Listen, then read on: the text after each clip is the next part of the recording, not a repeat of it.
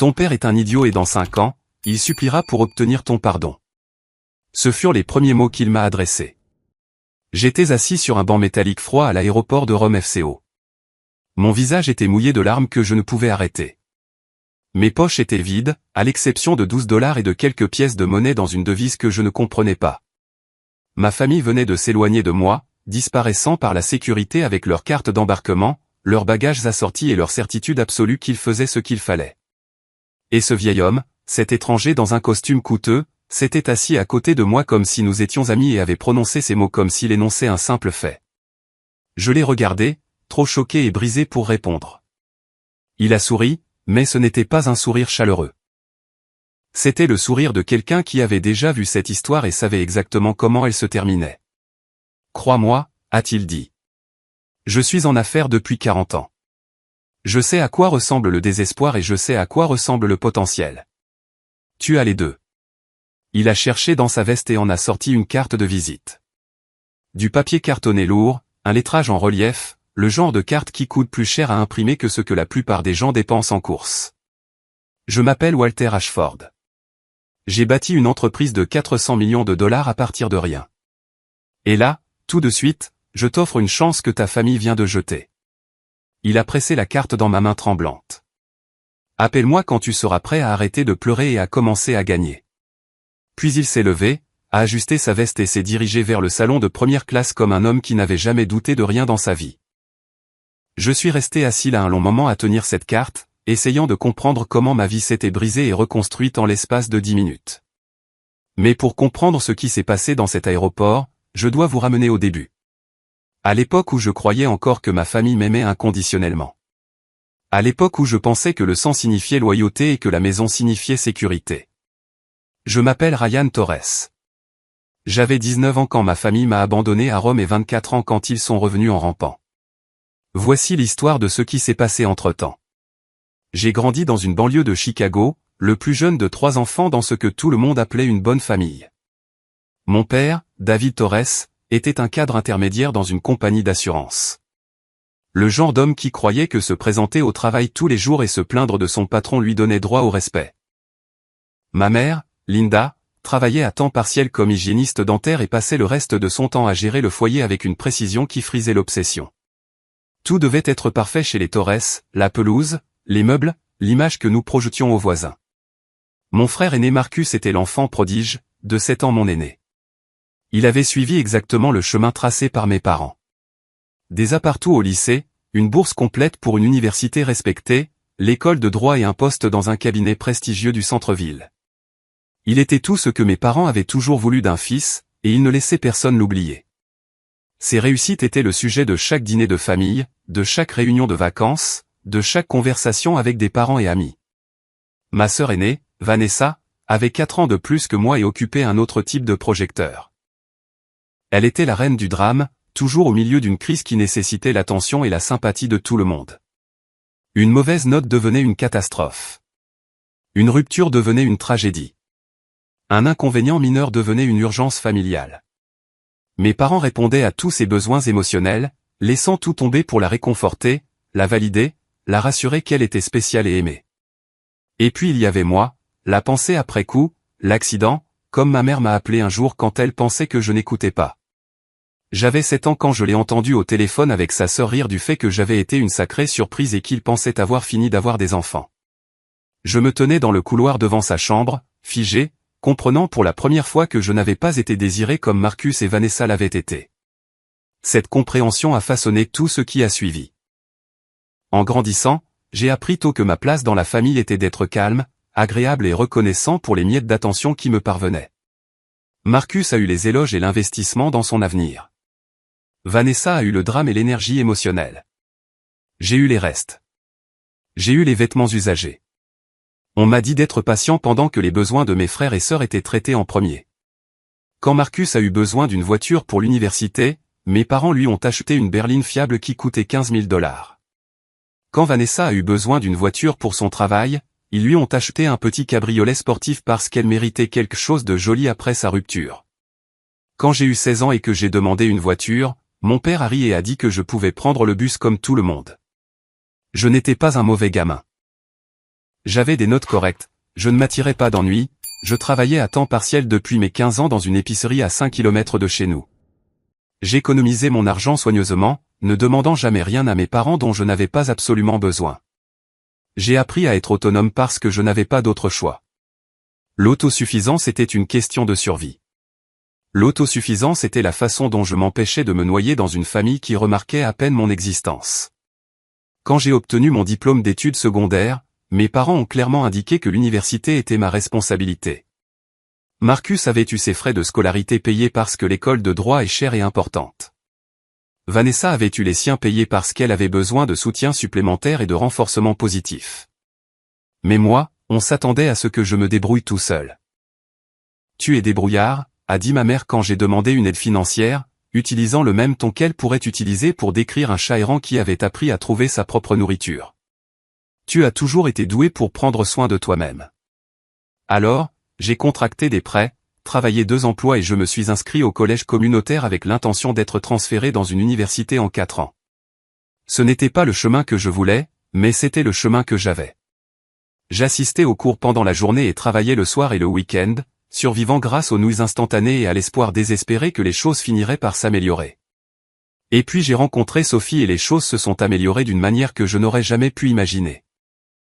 Sophie Chin était tout ce que ma famille n'était pas, chaleureuse là où ils étaient froids, solidaire là où ils étaient méprisants, véritablement intéressés par qui j'étais et ce que je voulais de la vie, pas seulement ce que je pouvais faire pour elle. Elle était étudiante en soins infirmiers au même collège communautaire, travaillant pour obtenir son diplôme d'infirmière tout en soutenant ses parents immigrés et ses frères et sœurs plus jeunes. Nous nous sommes rencontrés dans un cours de composition anglaise assigné au même projet de groupe sur l'écriture persuasive. J'étais épuisé ce jour-là, fonctionnant avec 4 heures de sommeil après avoir fermé l'épicerie la veille au soir, et elle l'a remarqué. « Tu as l'air sur le point de t'évanouir », a-t-elle dit en faisant glisser une tasse de café sur la table vers moi.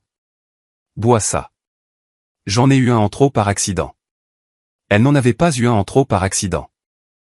J'ai appris plus tard qu'elle l'avait acheté spécifiquement pour moi, ayant remarqué que j'avais toujours l'air fatigué et que je ne semblais jamais manger assez. C'était Sophie. Elle remarquait les choses. Elle se souciait des choses. Elle agissait selon sa bienveillance au lieu de simplement en parler.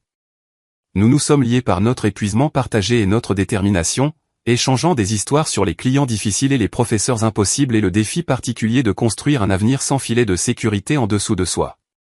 Elle comprenait ce que c'était que de travailler pour tout. De savoir que l'échec n'était pas une option parce qu'il n'y avait personne pour vous rattraper si vous tombiez. Nous sommes tombés amoureux quelque part entre les sessions d'études tardives et les rendez-vous café bon marché au restaurant près du campus. Au moment où nous étions ensemble depuis 1 an, je savais que je voulais l'épouser. Je le savais avec une certitude qui me surprenait, étant donné à quel point tout le reste de ma vie avait toujours été incertain. Sophie était mon ancre, mon foyer, la première personne qui m'avait jamais fait sentir que j'étais suffisant exactement tel que j'étais. Ma famille l'a détestée dès le moment où ils l'ont rencontrée. « Elle n'est pas faite pour toi », a dit ma mère après que Sophie soit venue dîner pour la première fois. Sa famille est si différente. Différente comment, ai-je demandé en connaissant déjà la réponse. Tu sais ce que je veux dire, Ryan. Origine différente, valeurs différentes, tout est différent.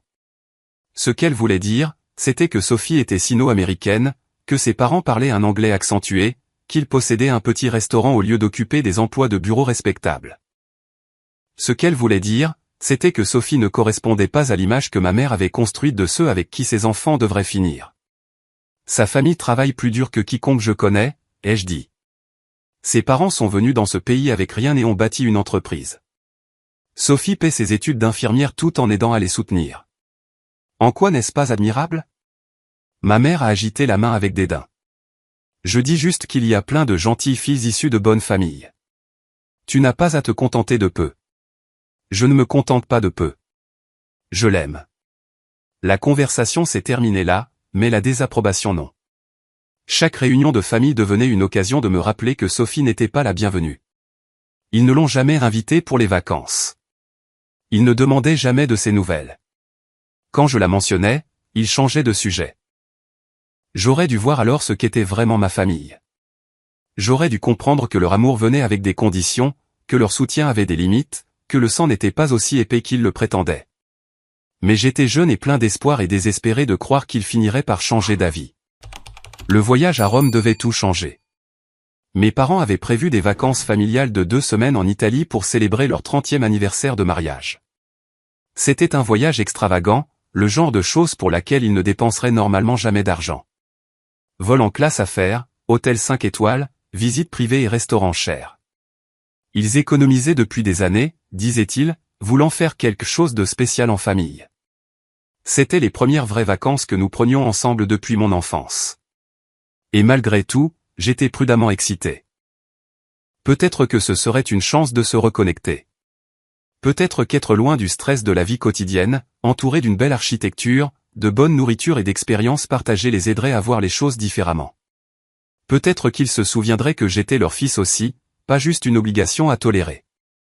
J'ai demandé si Sophie pouvait venir. Ma mère a ri comme si j'avais raconté une blague particulièrement absurde. C'est un voyage en famille, Ryan. Pour la famille. Sophie va être ma famille. Nous sommes ensemble depuis 2 ans. Je veux l'épouser.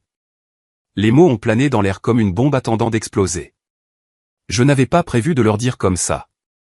Debout dans leur cuisine un mardi après-midi quelconque. J'avais imaginé une annonce plus formelle, peut-être autour d'un bon dîner avec Sophie à mes côtés, mais la façon méprisante dont ma mère avait ri, la cruauté désinvolte d'exclure la femme que j'aimais, avait poussé les mots dehors avant que je ne puisse les arrêter. Mon père a posé son journal. Pardon ? Je veux épouser Sophie. J'ai économisé pour une bague. J'allais faire ma demande à notre retour d'Italie. Le visage de ma mère est devenu pâle, puis rouge, puis une combinaison marbrée des deux.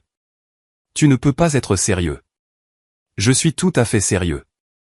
Je l'aime et je veux passer ma vie avec elle. Ce qui a suivi a été la pire dispute de ma vie. Mon père a crié sur le fait que je gâchais mon avenir, que j'étais trop jeune pour savoir ce que je voulais, que le mariage était un engagement sérieux qui ne devait pas être pris sur un coup de tête. Ma mère a pleuré à propos de petits-enfants qui ne lui ressembleraient pas, de ce que les gens diraient, de la façon dont il m'avait élevé mieux que ça. Marcus, rentré pour le week-end pour aider à planifier le voyage, m'a fait la leçon sur le fait de faire des choix responsables. Tu as 19 ans, Ryan, tu ne connais rien à la vie. Sophie est une gentille fille, mais elle n'est pas faite pour notre famille. Vanessa a traité Sophie de croqueuse de diamants, ce qui était absurde étant donné que je n'avais rien à croquer. Quand je l'ai fait remarquer, elle a levé les yeux au ciel et a dit que j'étais naïf. Que les filles comme Sophie avaient toujours une idée derrière la tête. À la fin, mes parents ont lancé un ultimatum. Viens en Italie avec nous, a dit mon père, sa voix froidement raisonnable de cette façon qu'il avait quand il pensait être généreux. Prends ces 2 semaines pour réfléchir à ton avenir. Sans cette fille pour obscurcir ton jugement. À notre retour, si tu veux toujours gâcher ta vie avec quelqu'un qui n'est pas fait pour toi, c'est ton choix. Mais au moins, accorde-nous ce temps en famille. J'aurais dû dire non. J'aurais dû franchir la porte et ne jamais regarder en arrière. Mais j'avais 19 ans et j'espérais encore que mes parents finiraient par accepter la personne que j'aimais. J'étais encore assez jeune pour croire que si j'essayais juste assez fort, si je faisais juste assez mes preuves, ils me verraient enfin comme ils voyaient Marcus et Vanessa. Alors, j'ai accepté. La première semaine en Italie fut tendue, mais tolérable. Nous avons visité le Colisée, le Vatican et la fontaine de Trévi. Nous avons erré à travers des ruines antiques, des églises de la Renaissance et des rues pavées qui avaient vu des siècles d'histoire. Nous avons mangé des pâtes et des glaces et fait semblant d'être une famille heureuse pour les touristes qui demandaient à prendre nos photos. Mes parents n'ont pas mentionné Sophie, et je n'ai pas abordé le sujet. C'était une trêve tacite, fragile et temporaire, mais je m'y accrochais quand même. Peut-être qu'ils s'adoucissaient. Peut-être que la beauté de l'Italie opérait sa magie sur eux. Peut-être qu'à la fin du voyage, ils seraient prêts à accepter mes choix. Mais le 8e jour, tout s'est effondré. Nous dînions dans un restaurant à Rome, un de ces endroits touristiques près de la place d'Espagne qui facture 40 € pour une assiette de spaghettis et appelle cela de la cuisine italienne authentique. Mon père avait bu du vin tout l'après-midi, bouteille après bouteille, son visage devenant plus rouge et ses commentaires plus tranchants à chaque remplissage. Je reconnaissais les signes. C'était la version de mon père qui disait des choses cruelles et mettait ça sur le compte de l'alcool plus tard. Alors, a-t-il dit, posant son verre avec un bruit sourd qui a fait teinter les couverts. As-tu réfléchi à ce dont nous avons discuté ? Je savais ce qu'il demandait. J'avais redouté cette conversation toute la semaine. Papa, on peut ne pas faire ça ici? Non, je veux savoir. Il s'est penché en avant, ses lèvres tachées de vin se tordant en quelque chose qui n'était pas tout à fait un sourire. As-tu retrouvé la raison à propos de cette fille? Elle s'appelle Sophie, et non, je n'ai pas changé d'avis. Je l'aime, et je vais l'épouser. Ma mère a émis un son de dégoût. Après tout ce que nous avons fait pour toi, tous les sacrifices que nous avons faits, c'est comme ça que tu nous rembourses. Quel sacrifice? Les mots sont sortis avant que je ne puisse les arrêter, alimentés par des années de ressentiment que j'avais soigneusement gardés en bouteille. Vous n'avez pas payé mon université. Vous ne m'avez pas aidé à obtenir mon premier emploi. Vous n'avez jamais soutenu quoi que ce soit que je voulais faire. Qu'avez-vous sacrifié exactement pour moi? La table est devenue silencieuse. Même Vanessa a arrêté de tripatouiller son téléphone. Le visage de mon père a pris une teinte de violet que je n'avais jamais vue auparavant, une couleur qui suggérait une explosion imminente. Comment oses-tu? A-t-il dit doucement. Et le calme était en quelque sorte pire que les cris. Comment oses-tu parler à ta mère de cette façon? Après tout ce que nous t'avons donné, un toit au-dessus de ta tête, de la nourriture dans ton assiette, une bonne éducation et une bonne famille, le strict minimum de ce que les parents sont censés fournir n'est pas un sacrifice. Vous avez donné à Marcus une voiture, les frais de scolarité, un acompte sur son premier appartement. Vous avez donné à Vanessa la même chose plus l'argent de la caution quand elle a eu cette affaire dont vous ne parlez jamais. Que m'avez-vous donné?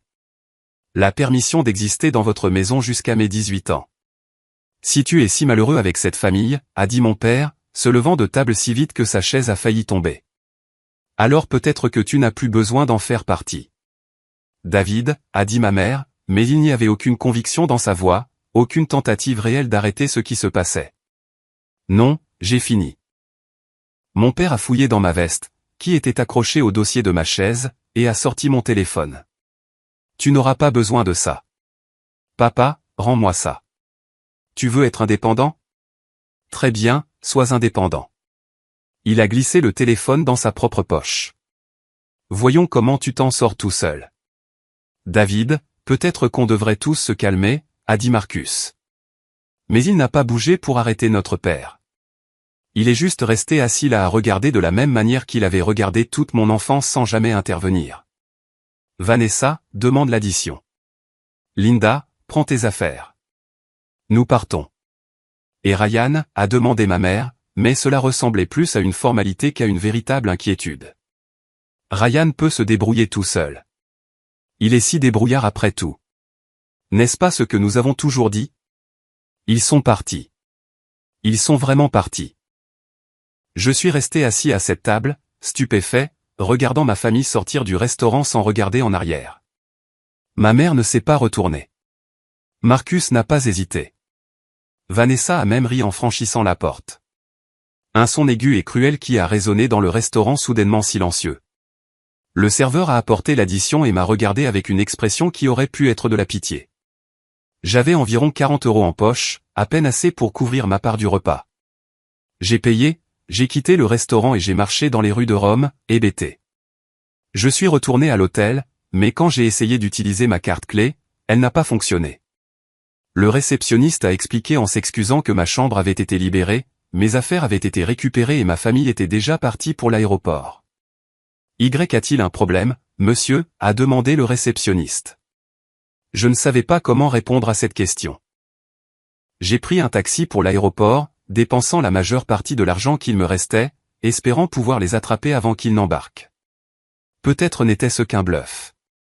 Peut-être qu'ils attendaient que je m'excuse, que je cède, que je prouve que la famille comptait plus pour moi que Sophie. Je ne me serais pas excusé, mais j'avais besoin de mon passeport, de mon portefeuille, de mon billet de retour.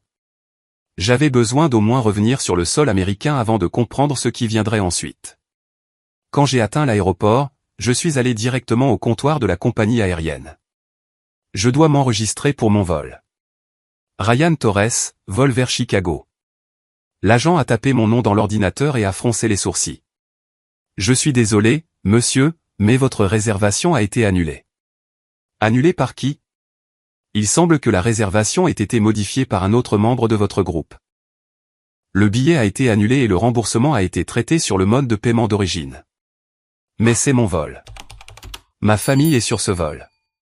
Je comprends, monsieur, mais sans billet valide, je ne peux pas vous enregistrer. Voulez-vous acheter un nouveau billet? J'ai vérifié mes poches. 12 $ et de la monnaie, même pas assez pour la nourriture de l'aéroport, et encore moins pour un vol international. Je n'ai pas l'argent, m'entendis-je dire. Je n'ai rien. Ils ont pris mon téléphone, mon portefeuille, mon passeport. Votre passeport? Je me suis figé. Je n'y avais même pas pensé. Mon passeport était dans mon sac, le sac qui était maintenant probablement en route pour Chicago avec ma famille. Monsieur, sans passeport, vous ne pouvez pas embarquer sur un vol international. Quoi qu'il en soit, je vous recommanderais de contacter votre ambassade. Comment suis-je censé contacter qui que ce soit? Je n'ai pas de téléphone. Je n'ai pas d'argent. Je n'ai rien. L'agent m'a regardé avec une véritable sympathie mais ne pouvait offrir aucune aide pratique. Elle a suggéré que je trouve le bureau de sécurité de l'aéroport qui pourrait peut-être m'aider à contacter l'ambassade. Je me suis éloigné du comptoir dans un brouillard. Mes jambes m'ont porté vers un banc près des portes de départ où je pouvais voir les panneaux affichant des destinations que je ne pouvais pas atteindre. Chicago, New York, Londres, Paris, tout un monde d'endroits où je ne pouvais pas aller parce que ma propre famille m'avait laissé sans rien. Je me suis assis et pour la première fois depuis mon enfance, j'ai commencé à pleurer. J'ai pleuré pour les parents qui m'avaient abandonné sans hésitation. J'ai pleuré pour le frère qui était resté là à regarder. J'ai pleuré pour la sœur qui avait probablement ri de ça sur le vol de retour. J'ai pleuré pour Sophie, qui serait morte d'inquiétude quand je ne répondrais pas à mon téléphone. J'ai pleuré pour l'avenir que je construisais, maintenant brisé sur le sol car l'effroi d'un aéroport étranger. Je ne sais pas combien de temps je suis resté assis là, assez longtemps pour que le soleil se couche à travers les fenêtres du terminal. Assez longtemps pour que mes larmes sèchent et recommencent. Assez longtemps pour me demander si c'était ainsi que ma vie se terminait. Bloqué et seul dans un pays dont je ne parlais pas la langue, abandonné par tous ceux qui étaient censés m'aimer. C'est là qu'il s'est assis. Je ne l'ai pas remarqué au début. Juste un autre passager, juste un autre étranger dans un aéroport plein d'étrangers.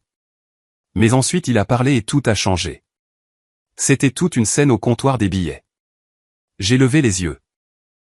Il était plus âgé, peut-être 70 ans, avec des cheveux argentés et un visage qui avait clairement connu des années difficiles avant l'arrivée de la richesse. Son costume coûtait probablement plus cher que mes frais de scolarité semestriels. Sa montre était du genre qui venait avec une liste d'attente et un prix à 6 chiffres. J'étais assis là-bas, a-t-il dit en montrant un groupe de sièges près du salon de la classe affaires. J'ai tout entendu. Ta famille a annulé ton billet et t'a laissé ici. J'ai hoché la tête, trop épuisé pour être embarrassé. Ils ont pris ton téléphone, ton passeport, tout. J'ai 12 $ et nulle part où aller. Il m'a étudié un long moment, ses yeux vifs et évaluateurs.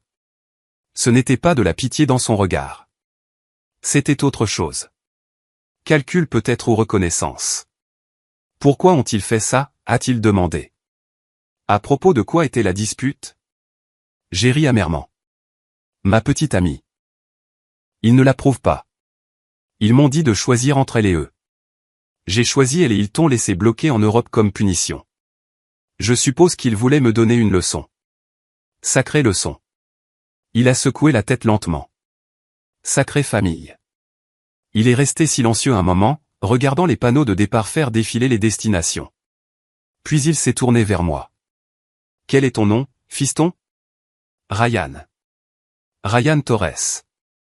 Eh bien, Ryan Torres, je m'appelle Walter Ashford. J'ai bâti une entreprise de 400 millions de dollars à partir de rien. J'ai commencé avec 50 $ en poche et une volonté de travailler plus dur que quiconque. Il m'a fallu 40 ans pour arriver là où je suis aujourd'hui. Je ne savais pas quoi dire. Je ne savais pas pourquoi l'étranger me racontait l'histoire de sa vie. Tu sais ce que j'ai appris au cours de ces 40 années? A-t-il continué. J'ai appris que la famille n'est pas toujours le sang. J'ai appris que les gens qui sont censés vous aimer inconditionnellement sont parfois les premiers à mettre des conditions à leur amour. Et j'ai appris que se faire mettre à terre ne compte pas autant que de se relever. Il a cherché dans sa veste et a sorti une carte de visite. Le papier cartonné était épais et lourd, le lettrage en relief doré. Walter Ashford, président-directeur général, Ashford Industries. Je rentre à New York ce soir. J'ai un siège libre dans ma section et des contacts à l'ambassade qui peuvent accélérer le remplacement d'un passeport. Si tu veux, tu peux venir avec moi. Je l'ai regardé fixement. Pourquoi feriez-vous ça? Vous ne me connaissez pas, non, je ne te connais pas. Mais je sais ce que j'ai vu. J'ai vu un jeune homme qui a défendu ce en quoi il croyait même quand cela lui a tout coûté. J'ai vu quelqu'un avec de la loyauté, de la conviction et du courage. Ce sont des qualités rares, Ryan. La plupart des gens font des compromis. La plupart des gens reculent. Tu ne l'as pas fait. Je n'avais pas le choix. Il y a toujours un choix. Tu aurais pu t'excuser. Tu aurais pu dire à tes parents ce qu'ils voulaient entendre et garder Sophie secrète. Tu aurais pu prendre la voie facile, mais tu ne l'as pas fait. Tu as dit la vérité et tu en as payé le prix. Il a souri de ce sourire froid et complice à nouveau. Ton père est un idiot et dans 5 ans, il suppliera pour obtenir ton pardon. Il a pressé la carte dans ma main. Appelle-moi quand tu seras prêt à arrêter de pleurer et à commencer à gagner. Puis il s'est levé, a ajusté sa veste et a commencé à marcher vers le salon de première classe. Attendez, ai-je appelé après lui. Pourquoi faites-vous vraiment ça? Il s'est arrêté et a regardé en arrière. Parce qu'il y a 60 ans, quelqu'un l'a fait pour moi. J'avais 17 ans, seul, fauché, abandonné par des gens qui auraient dû me protéger. Un étranger m'a donné une chance. Je paie au suivant depuis lors. Il m'a fait signe de suivre. Viens, Ryan. Ramenons-toi à la maison. J'ai hésité un seul instant. Puis je me suis levé, j'ai essuyé mon visage et j'ai suivi la première personne qui avait jamais cru en moi. Le vol vers New York était surréaliste. Je n'avais jamais été en première classe auparavant, je n'avais jamais connu le lit inclinable et les agents de bord qui vous traitaient comme de la royauté. Walter était assis de l'autre côté de l'allée, travaillant sur son ordinateur portable, jetant parfois un coup d'œil pour s'assurer que j'allais bien. Mange quelque chose, a-t-il dit à un moment donné. Tu as l'air de ne pas avoir eu un vrai repas depuis des jours. J'ai commandé tout ce qu'il y avait au menu. Steak et homard et gâteau au chocolat et café qui coûtaient probablement plus cher que mon budget alimentaire mensuel. Cela semblait obscène. S'adonner au luxe alors que ma vie était en ruine. Mais Walter a insisté. Ne t'excuse jamais d'accepter ce que tu as gagné, a-t-il dit. Tu as gagné ce siège en ayant le courage de tenir tête à ta famille. Profitant. Quelque part au-dessus de l'Atlantique, nous avons parlé, vraiment parlé pendant des heures, de la vie, des affaires, de la famille et de la loyauté. Walter m'a parlé de son enfance, grandissant pauvre dans la campagne de Pennsylvanie, abandonné par son père à 12 ans, élevé par une mère qui travaillait 3 emplois pour garder la lumière allumée. Il m'a raconté comment il avait démarré sa première entreprise à 19 ans avec de l'argent emprunté et une ambition aveugle. Il m'a parlé des échecs, des revers et des gens qui lui disaient qu'il n'arriverait jamais à rien. Ils avaient tort, a-t-il dit simplement. Et les gens qui t'ont abandonné aujourd'hui auront tort aussi. Je lui ai parlé de Sophie, de notre rencontre, de pourquoi je l'aimais. Je lui ai parlé de ma famille, des années à me sentir invisible, de la lente réalisation que leur amour était conditionnel à mon obéissance. Je lui ai parlé de mes rêves, aussi modestes soient-ils, de construire une vie avec la femme que j'aimais et de prouver que je valais plus que ce que mes parents croyaient. Ce ne sont pas des rêves modestes, a dit Walter. Ce sont les seuls rêves qui comptent. L'amour, le but, la dignité. Tout le reste n'est que décoration. Quand nous avons atterri à New York, le chauffeur de Walter nous attendait. Une voiture noire, élégante et chère, tournant au ralenti au bord du trottoir comme si elle avait attendu là tout le long. Walter a passé des appels pendant que nous roulions vers la ville, parlant à des gens avec des titres que je ne reconnaissais pas, tirant des ficelles dont j'ignorais l'existence. À la fin de la journée, j'avais un passeport temporaire, un billet d'avion pour Chicago et une offre d'emploi permanente chez Ashford Industries. Je ne comprends pas, ai-je dit alors que nous étions devant la porte d'embarquement de mon vol de correspondance. Vous me connaissez à peine. Pourquoi faites-vous tout ça? Walter a mis une main sur mon épaule. Parce que je vois quelque chose en toi, Ryan. Quelque chose que ta famille était trop aveugle pour voir.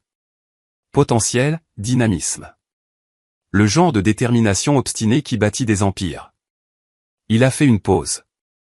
Et parce que je n'ai pas d'enfant à moi, jamais marié, jamais eu d'enfant, mon entreprise et mon héritage, et quand je serai parti, j'ai besoin de savoir qu'elle est entre de bonnes mains. J'ai 19 ans. Je n'ai même pas fini le collège communautaire. Moi non plus quand j'ai commencé. L'éducation est précieuse, mais ce n'est pas tout. Ce qui compte, c'est le caractère. Ce qui compte, c'est de se présenter tous les jours et de faire le travail, même quand c'est dur. Ce qui compte, c'est la loyauté. Il a souri. Tu as montré plus de loyauté envers une petite amie que ta famille détestait que la plupart des gens n'en montrent envers qui que ce soit dans leur vie entière. Cela vaut plus que n'importe quel diplôme. Il m'a tendu une enveloppe. Il y a 1000 $ là-dedans pour t'aider à te remettre sur pied. Considère cela comme une avance sur ton premier chèque de paie. Quand tu seras prêt à commencer chez Ashford Industries, appelle le numéro sur ma carte. Nous réglerons le reste. J'ai pris l'enveloppe avec des mains qui tremblaient encore. Je ne sais pas comment vous remercier. Tu me remercies en réussissant. Tu me remercies en prouvant que ta famille a tort. Tu me remercies en construisant une vie si extraordinaire qu'ils s'étoufferont avec leurs regrets. Il m'a tapoté l'épaule une fois de plus, puis s'est retourné et s'est éloigné, disparaissant dans la foule comme s'il n'avait jamais été là du tout. J'ai pris l'avion pour Chicago dans un état second. Sophie attendait à l'aéroport, ayant suivi mon vol par des moyens que je ne comprends toujours pas entièrement. Elle avait appelé mon téléphone pendant 3 jours, devenant de plus en plus frénétique quand il tombait directement sur la messagerie vocale. Quand elle m'a finalement trouvé grâce au dossier de la compagnie aérienne et à une certaine persuasion créative, elle a conduit directement à O'Hare et a attendu. Ryan, elle s'est jetée sur moi au moment où j'ai passé la sécurité, me serrant si fort que je pouvais à peine respirer. Oh mon Dieu, Ryan, que s'est-il passé? Tes parents ont dit que tu avais décidé de rester en Europe. Ils ont dit que tu ne voulais pas rentrer à la maison. Ils ont dit quoi? Ils m'ont appelé de l'aéroport de Chicago. Ta mère a dit que vous vous étiez disputé et que tu voulais rester en Italie pour te calmer. Elle a dit que tu appellerais quand tu serais prêt. Sophie s'est reculée, étudiant mon visage. Ce n'est pas ce qui s'est passé, n'est-ce pas? Non, ce n'est pas du tout ce qui s'est passé. Je lui ai tout raconté. L'ultimatum au restaurant, le téléphone volé, le billet annulé, les heures passées à pleurer dans un aéroport étranger. Et puis je lui ai parlé de Walter, du sauvetage improbable, de l'offre d'emploi qui s'était matérialisée de nulle part.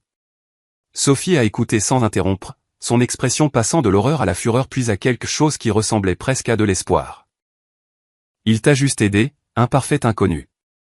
Il a dit que quelqu'un l'avait fait pour lui une fois. Il a dit qu'il payait au suivant et il m'a offert un emploi dans son entreprise, Ashford Industries. J'ai regardé sur le vol. Ils font du conseil, des investissements, du développement immobilier. C'est énorme, Sophie. Genre fortune 5 cents énorme. Elle est restée silencieuse un long moment. Puis elle a ri. Un son de pur soulagement et d'incrédulité. Il n'y a que toi, Ryan. Il n'y a que toi pour te faire abandonner par ta famille et finir avec une offre d'emploi d'un milliardaire. J'ai ri aussi parce que pouvais-je faire d'autre? L'absurdité de tout ça. Le passage brutal du désespoir à la possibilité était trop lourd à traiter autrement. Qu'est-ce que tu vas faire, a-t-elle demandé à propos de ta famille? Je veux dire, vas-tu les confronter? J'y ai pensé. Aux parents qui m'avaient laissé sans hésitation. Aux frères qui avaient regardé et n'avaient rien fait. À la sœur qui riait probablement encore de toute l'affaire. Non, ai-je dit finalement.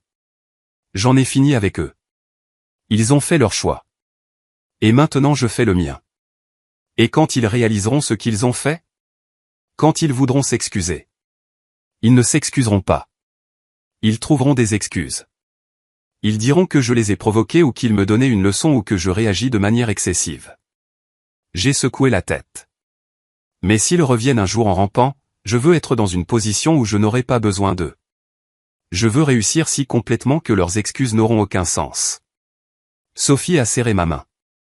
Alors faisons en sorte que cela arrive. J'ai commencé chez Ashford Industries 3 semaines plus tard. Walter n'avait pas exagéré à propos de son entreprise. Ashford Industries était un conglomérat massif avec des divisions dans le conseil, l'immobilier, la technologie, les investissements et le développement international. Ils avaient des bureaux dans 12 pays et employaient plus de 5000 personnes. Leur siège social à New York occupait 3 étages d'une tour de verre dans Midtown, rempli de gens en costumes coûteux, concluant des affaires qui façonnaient les marchés et déplaçaient des millions. Et moi, un décrocheur du collège communautaire de 19 ans avec 12 $ à mon nom il y a à peine quelques semaines, je commençais au service courrier. Tout le monde commence quelque part, a dit Walter lorsqu'il m'a fait faire le tour lors de mon premier jour. Il m'a guidé à travers les couloirs étincelants, devant les salles de conférence avec des chaises en cuir et les bureaux de direction avec vue sur Central Park.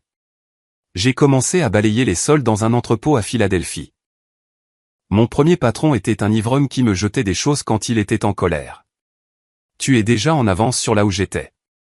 Le service courrier était au sous-sol, un espace éclairé au néon rempli de chariots et de paquets, et du bourdonnement constant des machines de tri. Mon superviseur était un homme d'âge moyen nommé Carlos qui travaillait là depuis 20 ans et ne montrait aucun intérêt à monter en grade. Fais ton travail. Reste en dehors des ennuis. Fais profil bas, m'a dit Carlos le premier jour. C'est comme ça qu'on survit par ici. C'était un travail dur. Le genre de travail qui me laissait épuisé à la fin de chaque journée. Les muscles endoloris à force de pousser des chariots lourds dans des couloirs sans fin. Le cerveau grillé à force d'essayer de mémoriser l'emplacement de centaines de bureaux et les noms de milliers d'employés. Je triais le courrier, faisais des livraisons, allais chercher du café pour des cadres qui me regardaient à travers moi comme si j'étais invisible et faisais tout ce qui devait être fait. La plupart des gens des étages supérieurs ne savaient pas que j'existais. J'étais juste le gars du courrier, l'un des travailleurs anonymes qui faisait fonctionner l'entreprise pendant que les gens importants faisaient des choses importantes. Je déjeunais seul dans la salle de pause du sous-sol, étudiais des livres de commerce dans le métro en rentrant chez moi et m'effondrais dans mon lit chaque soir, me demandant si c'était vraiment le chemin vers quelque chose de mieux. Mais Walter observait. Même quand je ne le voyais pas, il observait. Toutes les quelques semaines, il m'appelait dans son bureau pour ce qu'il appelait des réunions de progrès. Son bureau était au dernier étage, bien sûr, une suite d'angles avec des fenêtres du sol au plafond et des meubles qui coûtaient probablement plus cher que mon appartement. Je m'asseyais dans le fauteuil en cuir en face de son bureau massif, me sentant petit et déplacé. Pendant qu'il posait des questions, il demandait des nouvelles de mon travail. Est-ce que j'apprenais la disposition du bâtiment? Est-ce que je comprenais comment les différents départements étaient connectés? Avais-je remarqué quelque chose sur la façon dont l'information circulait dans l'entreprise? Il posait des questions sur mes études. Est-ce que je lisais toujours les livres qu'il recommandait? Est-ce que je comprenais les principes de l'investissement axé sur la valeur? Pouvais-je expliquer la différence entre un rachat par emprunt et un rachat par les cadres? Il demandait des nouvelles de Sophie. Comment s'en sortait-elle dans son programme de soins infirmiers? Planifions-nous l'avenir? Comprenait-elle les sacrifices que la construction d'une carrière exigerait? Il m'enseignait, je m'en rendais compte, à sa manière non conventionnelle, me formant pour quelque chose de plus grand que la livraison de courrier, me testant pour voir si j'avais la faim, la discipline et l'intelligence pour m'élever au-delà de ma situation. La plupart des gens pensent que le succès est une question de talent, a-t-il dit lors d'une de ces réunions, se penchant en arrière dans sa chaise, les doigts joints. Ils pensent que soit on l'a, soit on ne l'a pas, comme si c'était quelque chose avec lequel on est. Mais le talent est surfait. J'ai vu des gens brillants échouer parce qu'ils pensaient que leur brillance leur donnait droit au succès, et j'ai vu des gens ordinaires accomplir des choses extraordinaires parce qu'ils étaient prêts à travailler plus dur, plus longtemps et plus intelligemment que quiconque.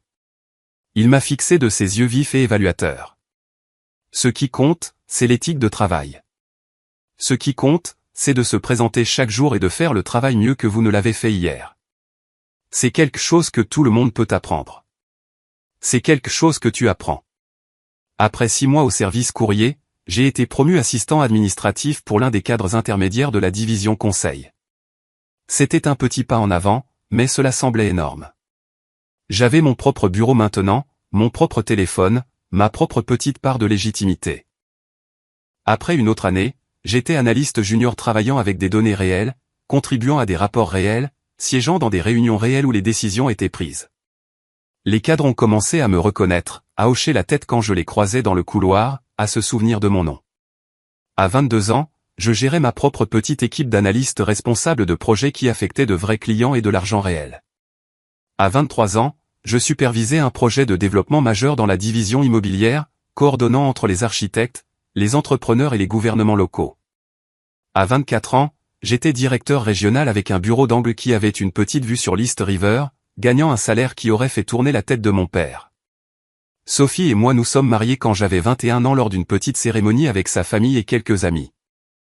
Walter était là, debout au fond, regardant avec une expression que je ne pouvais pas tout à fait lire. Il nous a offert un cadeau de mariage qui m'a coupé le souffle, l'acompte pour une maison en banlieue avec une carte qui disait « Pour la famille que vous construirez ensemble ». J'ai pleuré quand je l'ai lu. C'était la première fois que quelqu'un investissait dans mon avenir de cette façon. La première fois que quelqu'un me regardait et voyait quelque chose en quoi valait la peine de croire. Nous avons acheté la maison. Nous l'avons remplie de meubles d'occasion et de plantes que Sophie insistait pour cultiver. Nous y avons construit une vraie vie fondée sur l'amour et le travail acharné et la certitude tranquille que nous nous étions choisis et que nous continuerions à nous choisir chaque jour. Je n'ai pas eu de nouvelles de ma famille biologique pendant 5 ans. Pas un seul appel, pas un seul texto, pas une seule tentative d'excuse ou d'explication ou de réconciliation. Ils m'avaient coupé les ponts aussi complètement que si je n'avais jamais existé. Et une partie de moi était reconnaissante pour le silence. Cela rendait les choses plus propres. Cela me permettait de me concentrer sur la construction de quelque chose de nouveau au lieu de pleurer ce que j'avais perdu. Mais je gardais une trace d'eux à ma façon.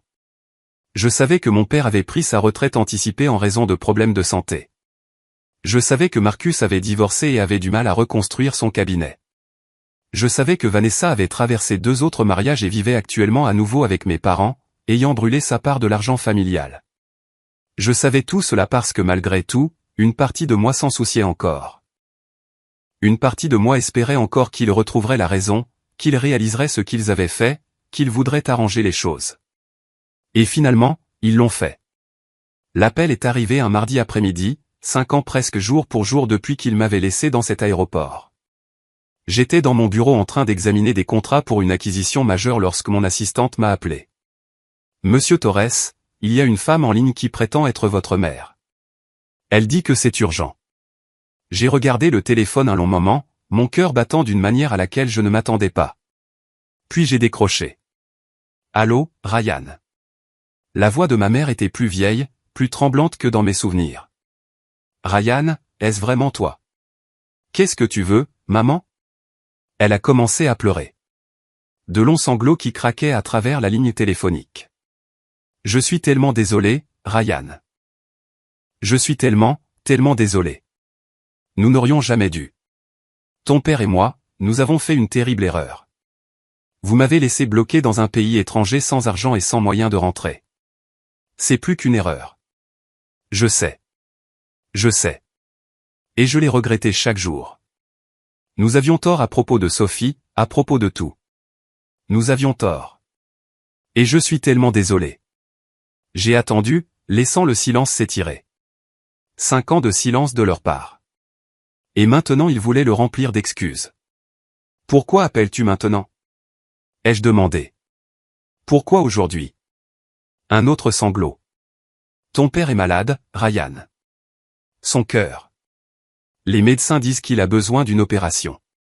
Mais nous ne pouvons pas nous le permettre. L'assurance ne couvrira pas tout. Et nous avons déjà emprunté sur la maison. Et voilà. La vraie raison. De combien avez-vous besoin? 50 000 $. Peut-être 60. Sa voix est tombée à un murmure. Je sais que je n'ai aucun droit de demander après ce que nous avons fait, mais c'est ton père, Ryan. Quoi qu'il se soit passé entre nous, il est toujours ton père. J'ai pensé à l'homme qui avait arraché le téléphone de ma poche et était parti. J'ai pensé aux années de silence, à l'absence totale de remords. J'ai pensé au fait qu'ils n'appelaient que maintenant parce qu'ils avaient besoin de quelque chose. Et j'ai pensé à ce que Walter m'avait dit dans cet aéroport il y a 5 ans. Ton père est un idiot. Et dans 5 ans, il suppliera pour obtenir ton pardon.